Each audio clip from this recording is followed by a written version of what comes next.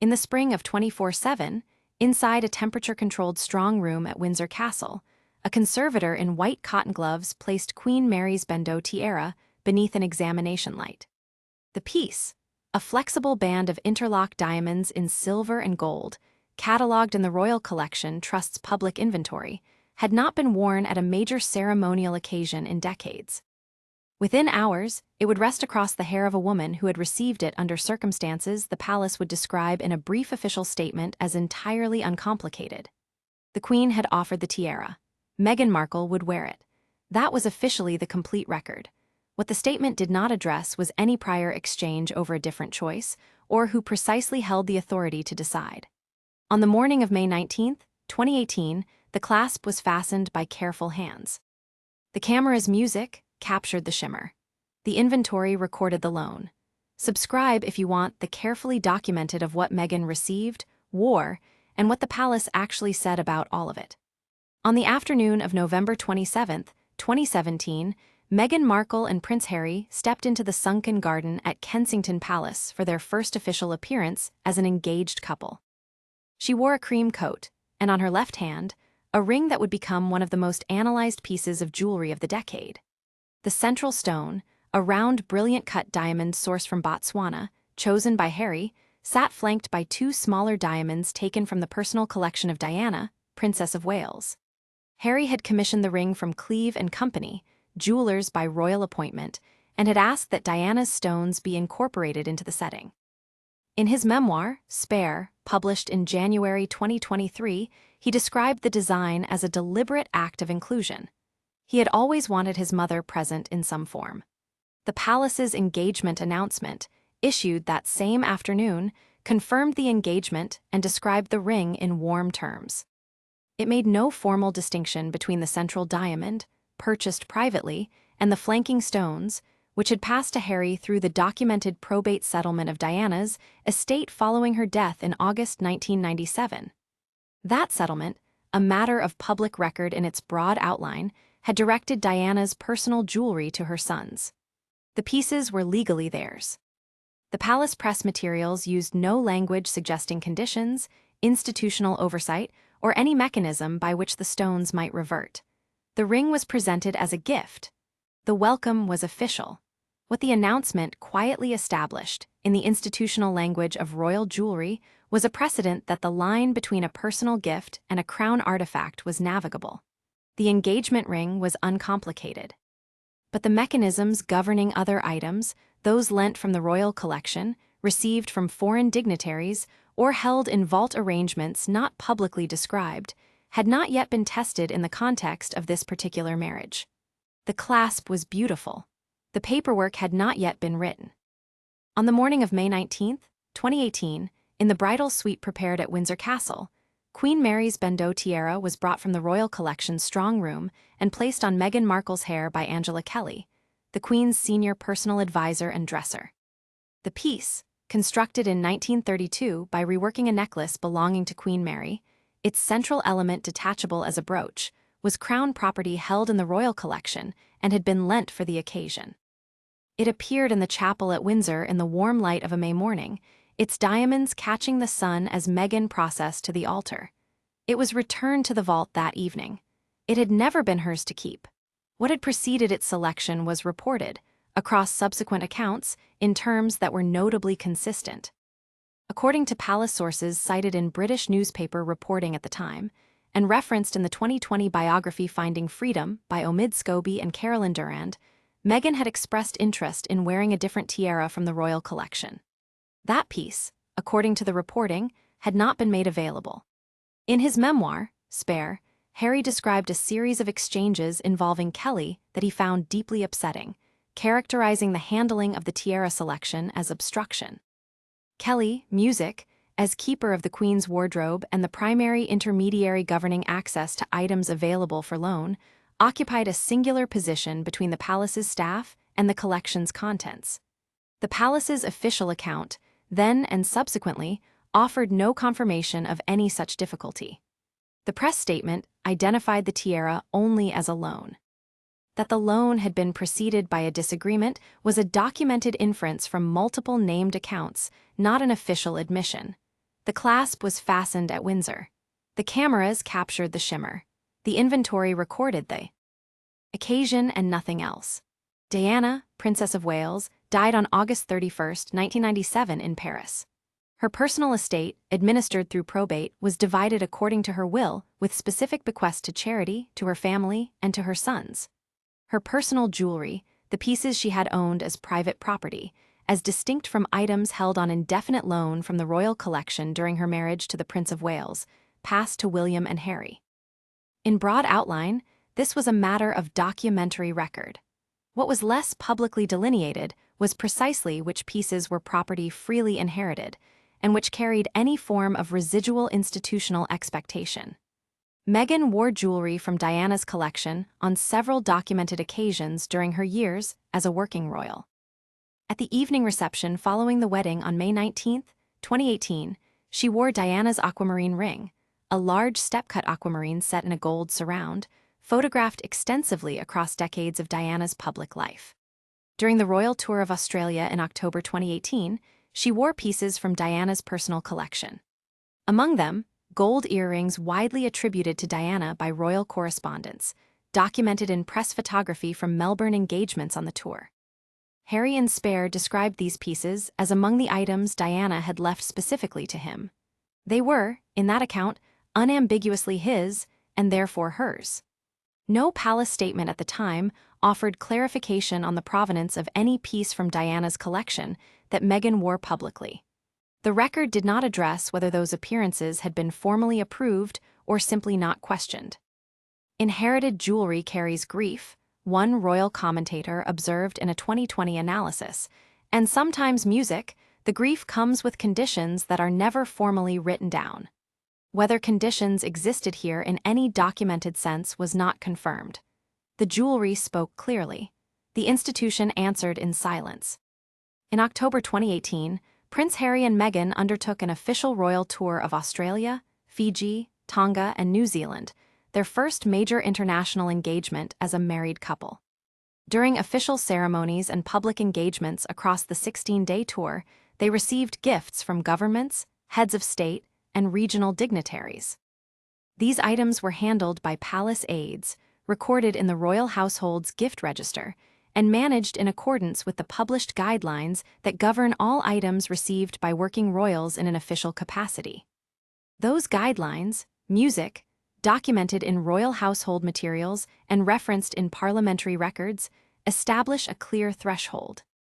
Gifts received by working members of the royal family during official duties are classified above a certain declared value as belonging to the crown rather than to the individual recipient. The individual may request to purchase the item at its formally assessed value. Otherwise, it passes into institutional custody. The system applies regardless of the warmth with which a gift is given or the intimacy with which it is presented. A piece of jewelry received at a state ceremony, however graciously offered, is a diplomatic object. Wearing it warmly in photographs seen around the world does not alter its legal classification. Meghan was photographed during the tour in several pieces of jewelry presented as gifts by foreign officials. Whether those specific items were subsequently purchased, registered as crown property, or returned was not publicly confirmed. What was confirmed by the documented structure of the royal household itself was that the protocol existed, applied, and held regardless of the optics of the occasion.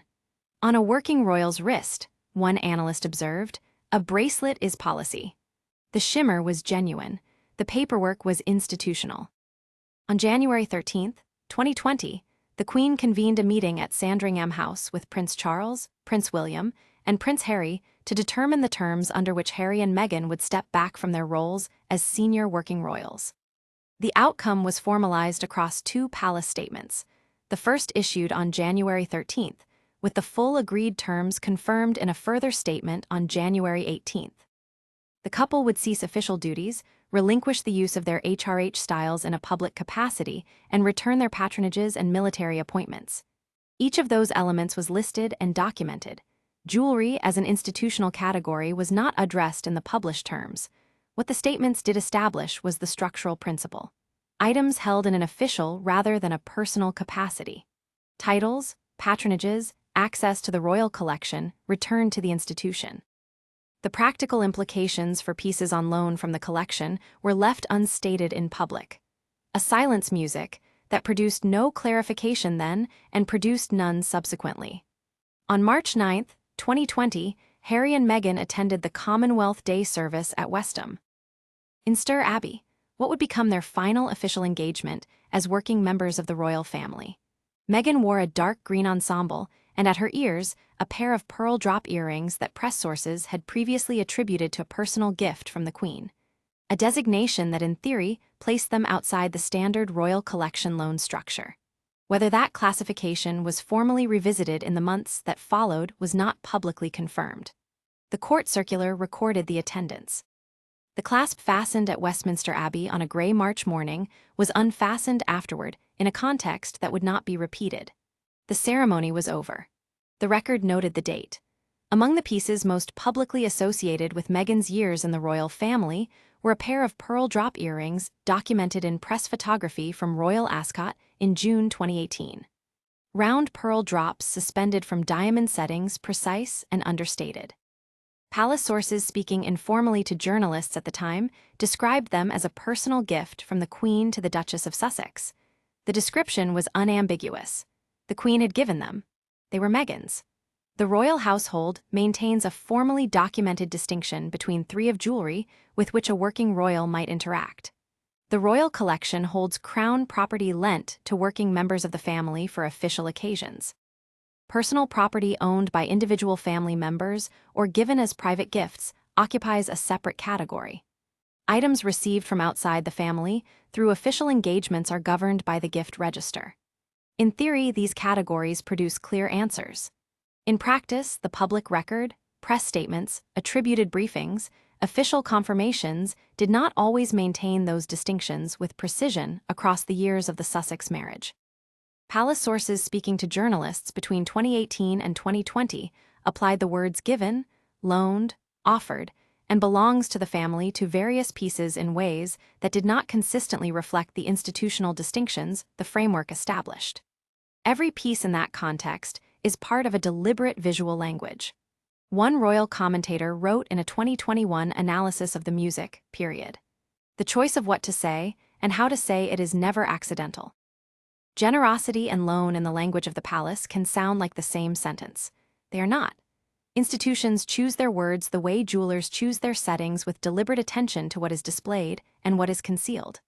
On April 17, 2021, Prince Philip, Duke of Edinburgh, was buried at St. George's Chapel, Windsor Castle in a ceremony shaped by pandemic restrictions and attended by 30 members of the royal family. Meghan Markle did not attend. She was in the final weeks of her second pregnancy, and her medical team had advised against transatlantic travel. A brief palace statement confirmed her music absence. It said nothing else. In the public appearances that followed the formal conclusion of their royal duties, Harry and Meghan in particular wore a different jewelry vocabulary from the one music documented during their palace years. At the Invictus Games in The Hague in April 2022, she wore a gold bracelet that royal correspondents and researchers identified as a piece documented in images of Diana's public appearances from the 1990s. Small, warm, and personal, in a way that institutional jewelry is not designed to be. She wore pieces from Diana's collection at multiple events across 2022 and 2023, identified consistently in photographic documentation. These items had passed from Diana to Harry through inheritance. No palace claim attached to them, no return protocol governed them.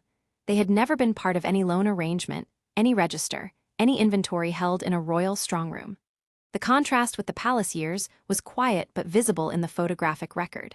A movement from pieces held under institutional protocols to pieces held without condition. Diana's jewelry in the history of what Meghan wore occupied a singular position. It was the only portion that no palace had ever owned, and music, therefore the only portion no palace could reclaim.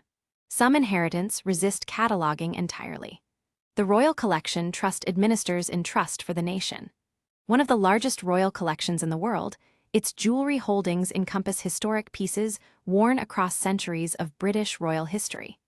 lent periodically to working members of the royal family for official and ceremonial occasions. The legal architecture is publicly documented. Pieces belong to the crown, pass from sovereign to sovereign in perpetuity, and cannot transfer as personal property to individual recipients. When a member of the royal family ceases to hold working royal status through death, music abdication, separation, or withdrawal, the institutional expectation of return is embedded in the framework itself. The documented hist. Oracle precedents are instructive. Following the abdication of King Edward VII in December 1936, an extended and well-recorded dispute arose over jewelry retained by the Duke and Duchess of Windsor. Palace correspondence and inventory records from the 1940s and 1950s music, preserved in various British archives and referenced in biographies of the period addressed pieces Wallis Simpson wore, that the palace considered to carry institutional claims. In the case of Sarah Ferguson, following her separation from Prince Andrew in 1992, questions about items worn during her years as a working royal were settled through private arrangement rather than public accounting. The pattern across these cases is structural. Institutional jewelry follows the institution, not the individual, regardless of the terms in which it was offered. No such accounting was made publicly in relation to Meghan Markle. No palace statement enumerated pieces expected to return. The vault does not hold press conferences, it holds lists. And lists in the history of royal jewelry record what exists, not what was said about it when it was handed over. By the summer of 2020, Harry and Meghan had purchased a home in Montecito, California, and their public appearances began to produce a photographic record that stood in documentary contrast to the palace years. The pieces Meghan wore at charitable events, at public galas, and in documentary appearances were by measurable degrees either demonstrably personal property, items from Diana's collection, or contemporary designer loans acknowledged explicitly by her team. The framework that had governed her earlier choices, the royal collection protocols, the gift register requirements, the institutional procedures governing items received in official capacities, no longer applied to her circumstances. Music press photography from 2020 through 2024 documents Diana's aquamarine ring appearing at multiple informal public moments, worn without the context of institutional approval or ceremonial obligation. A Cartier bracelet given to Meghan by Harry before their marriage appeared in documentation from the same period. Pieces by independent jewelry designers appeared at public events. Music, their provenance acknowledged openly, producing a transparency that the palace-era framework had rarely generated. A jeweler who dressed Meghan for a benefit event in 2021, speaking to a fashion publication, described the process simply. She arrived knowing what she wanted, and she brought her own pieces. The shift was not dramatic. It was documented. Each photograph from the Montecito years told a quiet institutional story. That the weight of obligation governing royal jewelry is not metaphorical but structural. And that its removal produces something visible in the way a person holds their hands, fastens a clasp, and chooses without consulting a dresser or a register what to wear. Freedom in this record looks like a different clasp fastened by one's own hand. In the autumn of 2018, several British newspapers, among them the Times and the Sunday Times, published reports examining gifts received by members of the royal family from officials connected to the Saudi government, in the context of the intense international scrutiny that followed the killing of journalist Jamal Khashoggi in October of that year. The reporting addressed in part items that had reportedly been presented to Meghan Markle earlier in 2018 by a member of the Saudi royal family, with British press reports at the time citing jewelry among the gifts received. Buckingham Palace's response, issued through a spokesperson, confirmed that all gifts received by members of the royal family in an official capacity were handled in accordance with the royal household's established gift music policy. That items above the relevant value threshold were assessed, registered, and managed accordingly. The statement did not confirm the specific items received, their assessed value, whether any piece had been retained, purchased, or returned. It confirmed the existence of the procedure. It declined to confirm its application to any particular object. The documented record, the press reports, the official response, the publicly described framework of the gift register, produced a system legible in its structure and opaque in its outcomes. What was received, and on what terms it now existed, was not made public. The standard procedures were followed, the palace confirmed. Standard procedures in an institution of this scale are designed so that their outcomes do not require narration. Some gifts create obligations that outlast the giving. Some of those obligations are filed quietly in columns no one reads aloud. The official record of what Meghan Markle received during her years as a working royal is examined closely, a record of institutional language as much as a record of objects. Statements issued by Buckingham Palace and Kensington Palace between November 2017 and March 2020 applied a range of formulations to describe jewelry and its relationship to the Duchess of Sussex. Pieces were described as loaned from the royal collection in some communications. In others, they were described simply as being worn with no provenance indicated. When pieces were attributed to the Queen's personal generosity, official communications confirmed the warmth of the gesture without providing the institutional precision that would have established, beyond ambiguity, what the gesture meant in legal or practical terms. The royal household's documented framework distinguishes formally between crown property held in the royal collection, personal property given by individual family members as private gifts, and items received through official duties and registered accordingly.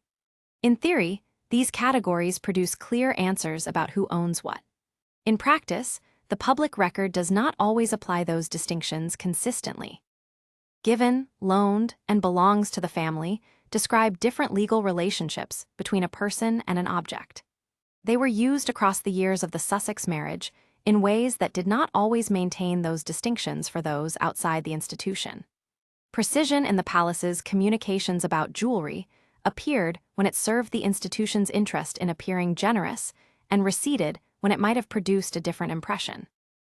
Institutions choose their words the way jewelers choose their settings to present what is meant to be seen and to hold back in the gold beneath the stone what is not. What Meghan Markle was actually given in documented, unambiguous terms resolves to a shorter list than years of coverage implied. The engagement ring commissioned by Harry from Cleve & Company and set with diamonds from Diana's personal collection was privately funded and given as a personal gift, unencumbered by institutional claim. The aquamarine ring from Diana's collection, the gold bracelet, the earrings documented in photographs of Diana's public life. These were Harry's by inheritance and Meghan's by gift with no register number and no return condition attached to them. A small number of pieces, among them the pearl drop earrings worn at Royal Ascot and at the final Commonwealth Day service, were attributed through palace sources to the personal generosity of the Queen. Whether those traveled to California or returned to the family after the Sussex departure has not been publicly confirmed. Everything else that Meghan wore publicly in her years as a working royal was held under conditions she did not own. The tiaras drawn from the royal collection for state occasions, the jewelry received from foreign dignitaries and entered into the gift register, the pieces worn at official engagements and noted in the court circular, all of it was beautiful and all of it was, in the institutional sense, provisional. In photographs, it looked like abundance. In the inventory, it was custody. The clasp was fastened for a ceremony, and when the ceremony ended, so did the claim. A gift with conditions is not, in the fullest sense of the word, a gift. It is a loan with a warmer introduction. Queen Mary's bandeau tiara is held today in the Royal Collection Trust, available for viewing at exhibitions in royal residences. Its public catalogue record notes its construction history, its materials, its provenance music within the British Royal Collection. It does not record the events of May 19, 2018 in any interpretive detail. The piece was lent. The piece was returned. The catalogue entry is complete. In May 2024, at public engagements in Nigeria alongside Prince Harry, Meghan Markle wore Diana's aquamarine ring. The step-cut stone in the oak gold surround, documented across decades of Diana's public life, identifiable in photographs from London in the 1990s, from Melbourne in 2018, from California in the years between. The ring was on her hand in the Nigerian afternoon light, unheld by any clause, uncatalogued in any register.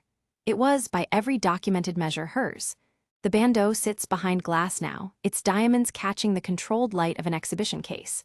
The aquamarine is elsewhere in a different light entirely. Both are accurate answers to the question this story opened with. What the palace music said was carefully true. The tiara was loaned. The procedures were followed. The protocols were observed. What was actually given was a smaller and more personal category, a ring made from grief, from stones a dead woman had worn for years, set by a jeweler who understood that some commissions carry a weight no inventory is designed to hold. The clasp on Queen Mary's bandeau was fastened by careful hands on a spring morning in 2018, then unfastened by careful hands that same evening. The aquamarine ring has been fastened by Meghan's own hands ever since. One of these facts lives in the Royal Collection catalog, the other one is simply true.